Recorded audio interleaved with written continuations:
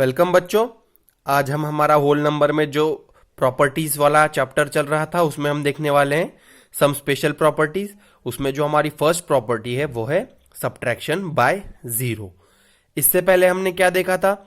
इससे पहले हमने distributive property of multiplication over subtraction देखा था। मैंने उसमें आपको एग्जांपल बताया था। आई होप आपको वो प्रॉपर्टी क्लियर हो गई होगी।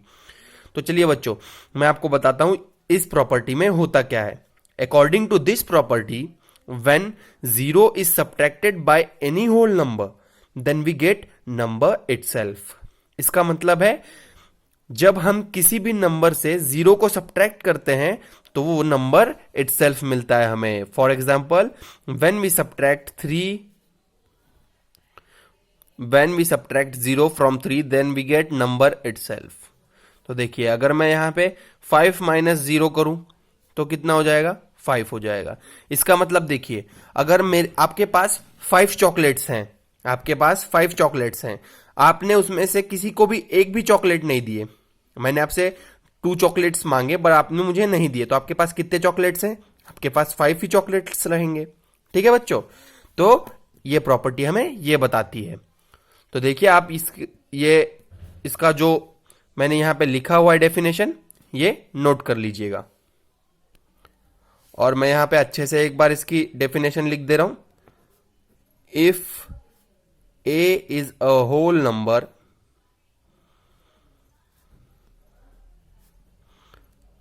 Then according to the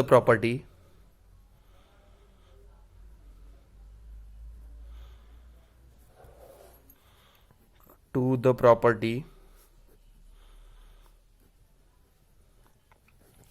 A minus zero is equals to a. तो ये हो गई इसकी डेफिनेशन। तो ठीक है बच्चों, अब देखते हैं अगली प्रॉपर्टी। अगली प्रॉपर्टी क्या है? अगली प्रॉपर्टी हमारी है multiplying a number by zero. तो इस प्रॉपर्टी में हमें क्या करना है?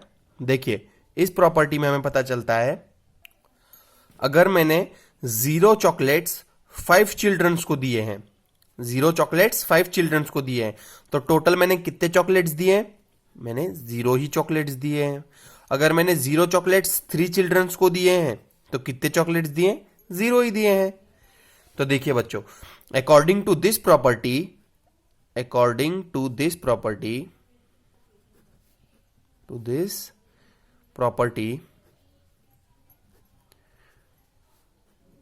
when we multiply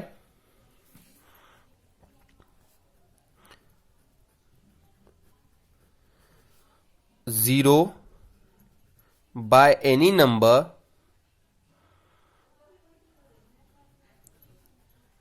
then we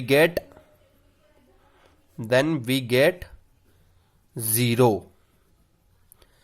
अगर मैं जीरो को किसी नंबर से मल्टीप्लाई करता हूं तो मुझे आंसर जीरो ही मिलेगा। तो ये प्रॉपर्टी हमें ये बताती है। तो देखिए, मैं यहां पे लिख देता हूं, if a is a whole number,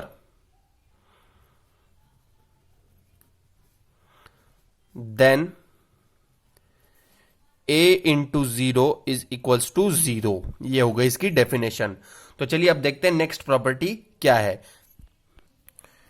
देखिए बच्चों, अगली जो प्रॉपर्टी है वो है डिवाइडिंग बाय 1। अगर मेरे पास 15 चॉकलेट्स हैं, ठीक है, मेरे पास 15 चॉकलेट्स हैं और मैंने वो एक चिल्ड्रन में डिवाइड कर दिए, तो मुझे क्या आंसर मिलेगा? मतलब मुझे तो आंसर 15 ही मिलेगा। मैंने 15 चॉकलेट्स थे तो वो एक ही चिल्ड्रन को दे दिए, तो हमें आंसर मिलेगा 15। ठीक है, एक चिल्ड्रन को कितने चॉकलेट मिले? 15 के 15 चॉकलेट मिल गए। तो according to this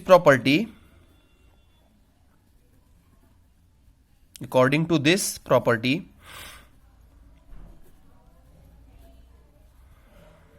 when we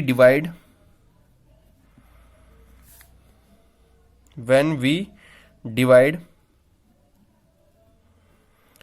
any whole number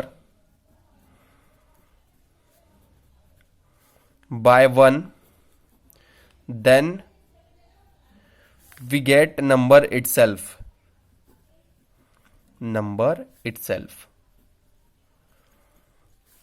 ठीक है बच्चों, तो ये आपका डेफिनेशन हो गया। और यहां पे लिख दूं मैं, if a is whole number then according to this property a upon 1 is equals to a। तो देखिए ये आपकी डेफिनेशन हो गई। तो देखते हैं अब नेक्स्ट प्रॉपर्टी क्या है। नेक्स्ट है हमारी dividing by a whole number. Dividing whole number by 0, ये हमारी नेक्स्ट प्रॉपर्टी है। तो इसमें हमें क्या करना है, हमें होल नंबर को 0 से डिवाइड करना है। तो देखिए बच्चों, अगर मेरे पास 15 चॉकलेट्स हैं, मैंने वो 0 स्टूडेंट्स में डिवाइड किए, तो मतलब मैंने कितने स्टूडेंट्स में डिवाइड किए हैं, वो 0 स्टूडेंट्स में डिवाइड किए हैं। तो मुझे क्या आंसर मिलेगा, मुझे आंसर मिलेगा ये पॉसिबल नहीं हो सकता। ठीक है बच्चों, तो division bye 0 is not possible. यहां पे मैं लिख देता हूं division bye 0 is not possible. आपको हायर क्लासेस में पता चलेगा, जब हम 0 से किसी को डिवाइड करते हैं तो हमें आंसर क्या मिलता है, इनफाइनाइट मिलता है। ठीक है, तो ये आपको हायर क्लासेस में पता चलेगा। अभी आपको बस यही समझना है कि हम अगर किसी नंबर को 0 से डिवाइड करते हैं तो हमें आंसर क्या मिलेगा, नॉट डिफाइंड, मतलब आंसर नहीं मिलेगा आपको। तो अब जो लास्ट प्रॉपर्टी हम देखते हैं वो है डिवाइडिंग 0 बाय होल नंबर। इससे पहले हमने क्या किया था, होल नंबर को 0 से डिवाइड किया था। अब क्या कर रहे हैं, 0 को होल नंबर से डिवाइड कर रहे हैं। तो देखिए आपके पास यहां पे अगर 0 है, 0 चॉकलेट्स, और आपको 15 स्टूडेंट्स में डिवाइड करने हैं, तो आपको क्या आंसर मिलेगा, 0, क्योंकि आपके पास चॉकलेट है ही नहीं, तो आप डिवाइड कैसे करोगे, है ना। तो according to this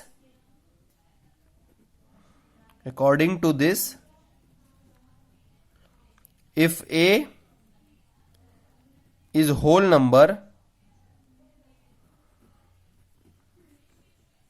then 0 divided by a is equals to 0। तो ये हो गई इसकी डेफिनेशन। तो आई होप बच्चों आपको ये प्रॉपर्टीज क्लियर हो गई होगी। मैं आपको इसके बाद कुछ एग्जांपल्स दे दे रहा हूं, वो आप सॉल्व कीजिए। ठीक है, चलो बच्चों अब एक बार हम ये देख लेते हैं हमने क्या क्या पढ़ लिया है। हमने closure properties of whole number में हमने क्लोजर प्रॉपर्टी पढ़ ली है, कम्यूटेटिव प्रॉपर्टी पढ़ ली है, एसोसिएटिव, उसके बाद डिस्ट्रीब्यूटिव प्रॉपर्टी, आइडेंटिटी प्रॉपर्टी। ठीक है, और सम स्पेशल प्रॉपर्टीज भी हमने पढ़ ली है। अब इसके बाद हम देखेंगे लेट्स फाइंड आउट में पैटर्न्स इन होल नंबर्स। तो तब तक आप कुछ एग्जाम्पल सॉल्व कीजिए, मैं आपको फोटो क्लिक करके भेज दे रहा हूं इसकी।